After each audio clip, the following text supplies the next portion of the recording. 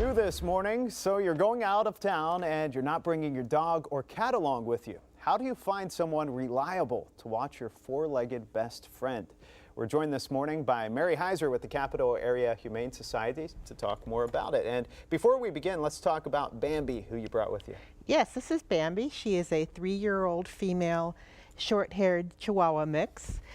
She was brought in by our Cruelty Investigations Department, so she's a little inexperienced with things like leashes that make noise. She's not so good at walking on a leash, but she is housebroken and she's very affectionate. And what's her adoption fee? Her adoption fee is $250. And she's been spayed, she's had dental work, she's had vaccinations, microchipped, she's all good to go. Okay, so we take Bambi home and we decide to go on vacation and can't take Bambi with us. What's the best advice when it comes to finding a pet sitter? If you're going to look for a pet sitter, there is actually a National Association of Professional Pet Sitters, and it's Professional Pet Sitters Week starting tomorrow. That's why we're talking about this. And there's also Pet Sitters International. So if you're going to have a stranger come into your home to care for your pet, why don't you get somebody from a professional organization or ask your veterinarian for a reference? But regardless of who you get, you want to make sure that they have liability insurance in case something would happen in your home. You want to make sure that they're licensed and bonded.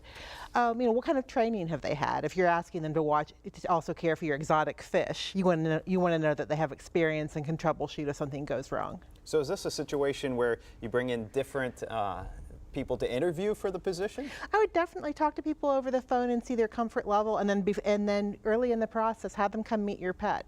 Because if you don't want to find out that your pet is absolutely terrified of them the day before you're leaving on vacation. You want to find that out in time to make a change and make alternative arrangements if necessary. Or you may just be too demanding for your pet sitter, so it's really important to get everything in writing.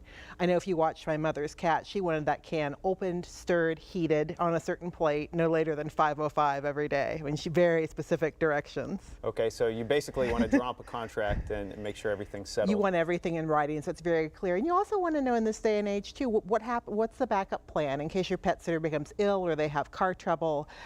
You don't want to come home and find out that nobody's fed your fish for a week. Mm-hmm.